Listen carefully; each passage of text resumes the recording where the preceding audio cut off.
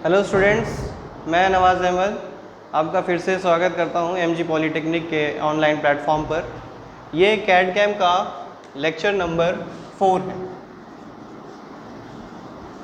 Lecture number 4। Alright, इससे पहले वाली जो हमने लेक्चर पढ़ा था लेक्चर 3 में, तो हमने बेसिक डेफिनेशन देखा था कि ड्राफ्टिंग का क्या डेफिनेशन होता है, डिज़ाइन का क्या डेफिनेशन होता है, इसके एडवांटेजेस और डिसएडवांटेजेस भी हमने कवर कर लिए थे। एक और टॉपिक रह गया था जो आपका ड्राइंग का है पार्ट, ड्राइंग। ठीक है, तो इसका डेफिनेशन, इसके एडवांटेजेस और डिसएडवांटेजेस पढ़ेंगे। साथ ही साथ ड्राफ्टिंग में, डिज़ाइन में और ड्राइंग में क्या बेसिक डिफरेंसेस है उसको टेबुलेटेड फॉर्म में यहाँ लिखते चलेंगे, साथ साथ समझते भी चलेंगे। ठीक है बच्चों, क्लियर है? तो आप इसको भी नोट करते चले साथ साथ में। तो हम यहाँ पे शुरू कर रहे हैं ड्राइंग की डेफिनेशन। जैसा कि इसके बारे में थोड़ा सा मैं पहले से आपको अवगत करा दूँ, ड्राइंग की डिज़ाइन करने के बाद जब आप उस प्रोडक्ट को मैन्युफैक्चर करने के लिए फैब्रिकेशन यूनिट पे भेजते हैं तो पूरा का पूरा कंप्यूटर आप नहीं लेके जा सकते हैं वहाँ पर। और ये बिल्कुल व्यंग सी बात हो जाएगी कि आप पूरा कंप्यूटर ही उसके पास लेके चले गए कि ये भैया ये हमारा प्रोडक्ट है, इसको घुमा घुमा के देखो और उस हिसाब से बनाओ। तो ये बात बिल्कुल नॉनसेंस वाली बात है, ये इंजीनियर वाली लाइन है ही नहीं। ठीक है ना? तो इसके लिए आप क्या करते हैं, आप ड्राइंग का इस्तेमाल करते हैं। ठीक है, तो इसकी डेफिनेशन कुछ इस तरह से होगी, drawing it is a summation of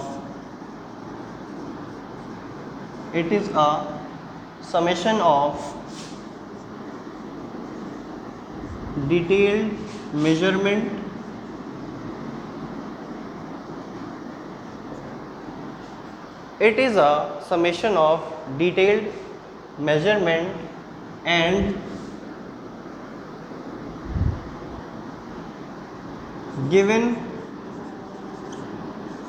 shapes and sizes। ठीक है बच्चों, कि जैसे आपने एक बार जब डिज़ाइन कर लिया कंप्यूटर में 3D विजुलाइज करके, उस पर सारी चीज़ एनालाइज करके देख ली, तो अब क्या करेंगे आप कि एक पेपर फॉर्म में उस पूरे प्रोडक्ट का आप क्या करेंगे, एक डिटेल मेजरमेंट नोट करेंगे। ठीक है, इसके साथ साथ डिटेल मेजरमेंट के साथ साथ आपको क्या क्या चीज़ उसमें प्रोवाइड करानी रहती हैं।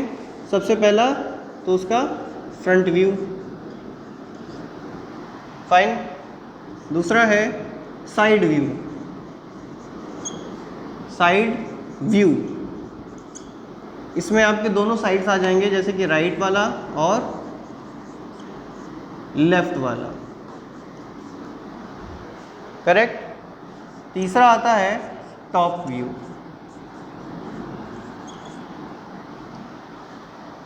ये तीनों व्यूज़ दिखा देने के बाद आप एक एक्सटर्नल या एक्स्ट्रा व्यू उसको भी प्रोवाइड कराते हैं साइड के कॉर्नर में। इसे आप कहते हैं आइसोमेट्रिक व्यू। आइसोमेट्रिक व्यू क्या होता है बच्चों? आइसोमेट्रिक व्यू 2D फॉर्म में ही बना हुआ, कुछ ऐसे लकीरें, कुछ ऐसे एंगल्स पे बनी हुई रहती हैं कि आपको वो पूरा ऑब्जर्व ऐसा होता है कि वो 3D ही ऑब्जेक्ट बना हुआ है। ठीक है ना? तो इनका ये तीनों व्यूज़ का तो इस्तेमाल किया ही जाता है डिटेल ड्राइंग में। साथ साथ उसको और ज़्यादा रियलिस्टिक देने के लिए आप उसमें क्या दे देते हैं, आइसोमेट्रिक व्यू, कि जब भी प्रोडक्ट फैब्रिकेशन यूनिट से तैयार होके आ जाए तो आप एक दफ़ा उसे आइसोमेट्रिक व्यू से भी मतलब रोटेट करके, ओरिएंट करके देख सकें कि आपका जो दिया हुआ प्रोडक्ट था ड्राइंग में वो आपका हूबहू बन पाया है या नहीं बन पाया है। ठीक है बच्चों, तो ये था इसका एक डेफिनेशन किसका, ड्राइंग का। ठीक, अब आते हैं इसके एडवांटेजेस के ऊपर।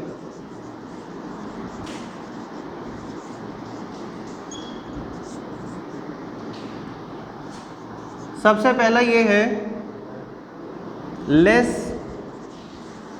चांस ऑफ एरर, यानी त्रुटि होने के सबसे बहुत कम चांस हो जाते हैं।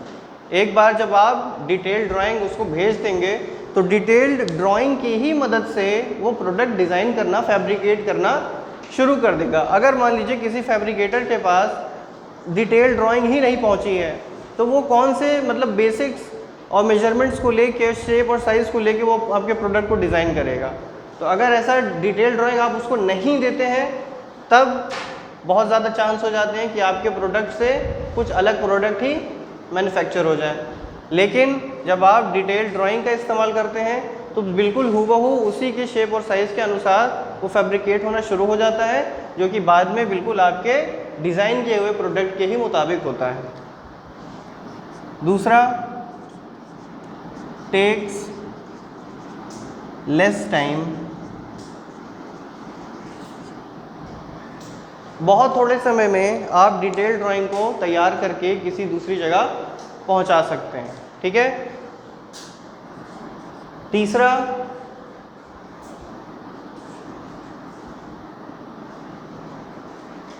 तीसरे में आएगा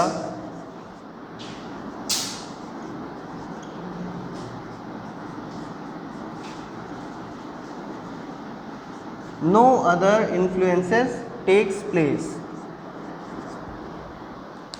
no other influences takes place, यानी जो ड्राइंग है वो ऑलरेडी आपका सॉफ्ट कॉपी में है, कंप्यूटर फॉर्म में है ना, वो शीट के फॉर्म में है, वो अभी भी कंप्यूटर में सेव है। जब आप उसको जब आप कहीं भेजेंगे फैब्रिकेशन यूनिट में फैब्रिकेट होने के लिए, तो हालांकि आपका फैब्रिकेटर यूनिट हो सकता है कि बहुत दूर हो सकता है कि अगली स्टेट में हो, लेकिन तुरंत का तुरंत भेजने के लिए वो सॉफ्ट कॉपी में आपको एक सुविधा का इस्तेमाल करना पड़ता है जिसे आप ईमेल कहते हैं। ईमेल आप एक दफ़ा कर देने से वो 1 मिनट में ही कई स्टेट्स की जगह पहुंच जाता है वो, ठीक है ना।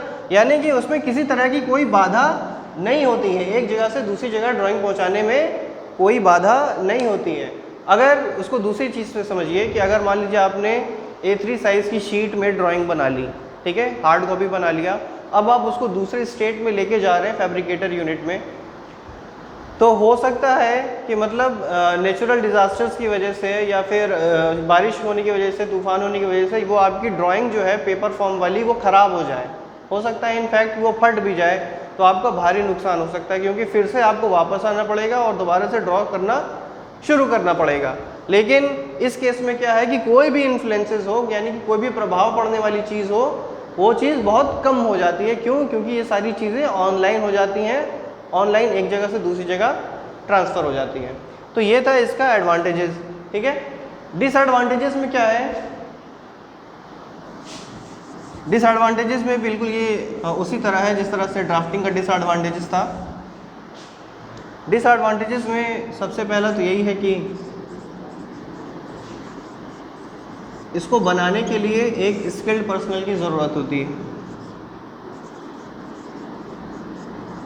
स्किल्ड पर्सनल की ज़रूरत होती है, ठीक है। साथ ही साथ आपके पास कैड का पूरा प्लेटफॉर्म होना चाहिए।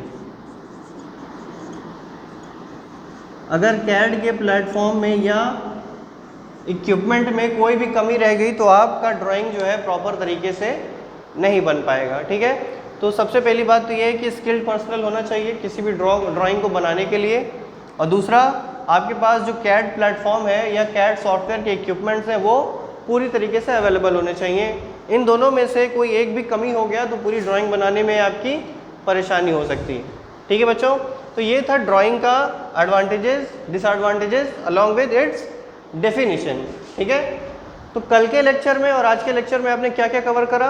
आपने कवर करा ड्राफ्टिंग का, डिज़ाइनिंग का और ड्राइंग का definition along with its disadvantages and advantages, ठीक है। अब हम लोग क्या पढ़ते हैं बाबू? इसके आगे हम लोग पढ़ेंगे इनके तीनों में डिफरेंस क्या होते हैं, ठीक है। आइए थोड़ा थोड़ा सा डिफरेंस इसमें पढ़ते हुए चलते हैं। सबसे पहले ड्राफ्टिंग लिखते हैं, फाइन। दूसरा है डिज़ाइन एंड देन ड्राइंग, ठीक है। आइए ड्राफ्टिंग में सबसे पहला पॉइंट ये है कि ये it is a rough sketch और एन आइडिया। आपके पास कोई भी आइडिया है आपके जो दिमाग में है वो पेपर पे उतार लेना मात्र ही क्या कहलाता है, ड्राफ्टिंग कहलाता है। इसे आप दो फॉर्म में कर सकते हैं, या फ्री हैंड करें या फिर कंप्यूटर की सहायता से करें, computer aided. Fine.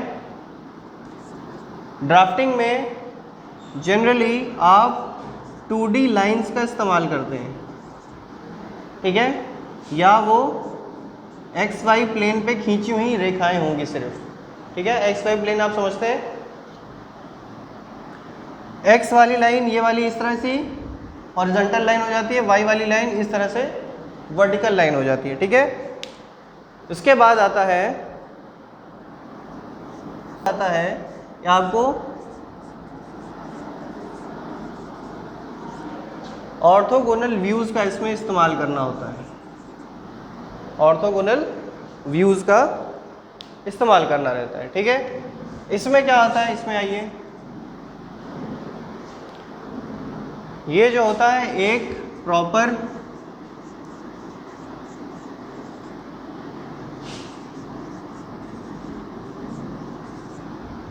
Detailed measurement होती है, ठीक है। साथ ही साथ इसमें सारी आप टेस्टिंग कर चुके होते हैं, साथ साथ एनालिसिस भी कर लेते हैं इसमें। तीसरा, इसको देखने के लिए आपको 3D विजुअलाइजेशन का प्रयोग करना पड़ता है, ठीक है। फाइन। ड्राइंग में आते हैं। ड्राइंग में देखिए इसमें क्या था कि आप रफ स्केच बना रहे हैं, ये प्रॉपर डिटेल्ड मेजरमेंट के साथ साथ एनालिसिस, टेस्टिंग और सब 3D विजुअलाइजेशन इसमें होता है। इसमें क्या होता है, प्रोडक्ट का फुल इंफॉर्मेशन होता है, ठीक है ना, यानी फुल इंफॉर्मेशन ऑफ प्रोडक्ट।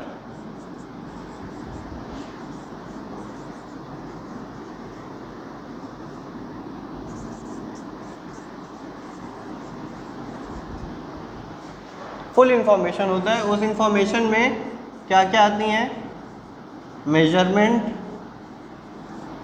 ठीक है, शेप्स एंड साइज, ठीक है। इसमें कौन कौन से व्यूज़ का इस्तेमाल करते हैं आप, ऑर्थोगोनल व्यूज़, ऑर्थोगोनल के साथ साथ आइसोमेट्रिक का भी प्रयोग करते हैं, ऑर्थोगोनल प्लस आइसोमेट्रिक, ठीक है ना।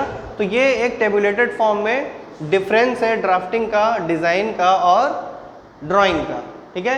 एक छोटा सा ड्राइंग करके आपको समझाते चलेंगे कि ड्राफ्टिंग क्या होगा, डिज़ाइन क्या होगा और ड्राइंग क्या कहलाता है, ठीक है।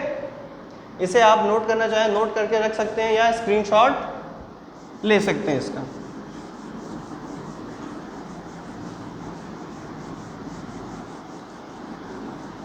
देखिए इसको समझने के लिए सबसे पहले आपको एक छोटा सा प्रोजेक्ट अपने दिमाग में सोचना होगा, ठीक है। लेट अस से कि आपको एक डिज़ाइन करना है, एक नट को डिज़ाइन करना है, ठीक है। टू डिज़ाइन अ नट, ठीक है, टू डिज़ाइन अ नट, ठीक है। फाइन। हमारे पास एक प्रोजेक्ट है, हम लोग ने सोचा हुआ है, इस प्रोजेक्ट के ज़रिए से ही ड्राफ्टिंग, डिज़ाइन और ड्राइंग में अंतर देख लेंगे। तो to design a nut in hexagonal shape, ठीक है। तो ड्राफ्टिंग में सबसे पहले जो दिमाग में आपके आएगा कि हेक्सागोनल शेप होता कैसा है, ठीक है ना। तो हेक्सागोनल शेप के लिए आप क्या करेंगे, एक हेक्सागोनल शेप तैयार करेंगे, ठीक है। इसे इस ओरिएंटेशन में रख सकते हैं या फिर ऐसे ओरिएंटेशन में भी रख सकते हैं, जैसी आपको सुविधा हो। हेक्सागोनल मतलब एक ऐसा शेप जिसमें 6 साइड्स उपलब्ध हों, ठीक है, और बीच में होल रहता है ऐसा, ठीक है ना। तो ये देखिए, ये हेक्सागोनल नाम से मैंने 6 साइड के एक फिगर बना दिया और बीच में एक होल क्रिएट कर दिया। ये मैंने अपने दिमाग से किया, यानी कि ये मैंने चीज़ क्या कर ली है, ड्राफ्ट कर ली। ये बिल्कुल मैंने जो लाइन खींची है ए से लेके बी तक में, या सी तक या डी तक, ये कोई भी मेजरमेंट, बिना मेजरमेंट के मैंने किया है, ठीक है ना। यानी मैंने एक क्या कर दिया, एक रफ स्केच कर दिया, एक रफ स्केच तैयार कर लिया, ठीक है। ये साइड से कैसा दिखेगा,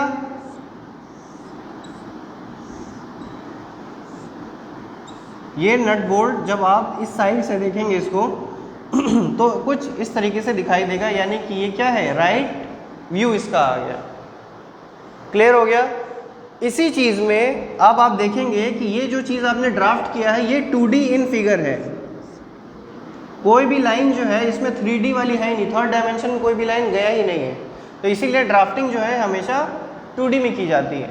अब सेम चीज़ अगर आप डिज़ाइन में करते हैं तो 3D विजुलाइज कर लेते हैं, यानी इसका जो थर्ड डायमेंशन वाला है वो भी उसको आपको शो कराना पड़ेगा। सपोज दैट कि आपने ये वाला फिगर ओके कर लिया,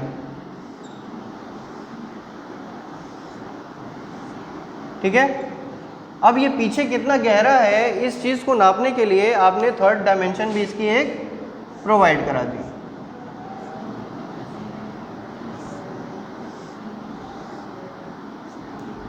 फाइन, यह आपका तैयार हो गया एक नट, जिससे आपको डिज़ाइन करने में जब इसका डिज़ाइन करते हैं तो इसका थर्ड डायमेंशन भी आपको शो करना पड़ता है और इसके सारे व्यूज़ को घुमा घुमा के इसकी एनालिसिस भी आपको करनी पड़ती है,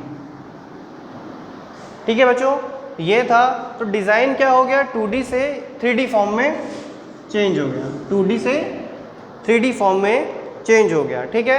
अब यही चीज़ की जब आप मैन्युफैक्चरिंग यूनिट में आप जब भेजेंगे नट को बनाने के लिए, तो क्या होगा ड्राइंग में कि ड्राइंग को बिल्कुल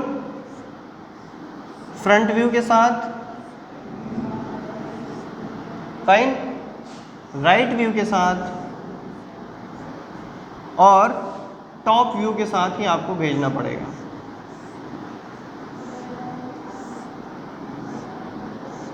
साथ ही साथ इसके सारे डायमेंशन आपको बताने पड़ेंगे कि ये कितना लंबाई में है, कितना विड्थ में, चौड़ाई में है।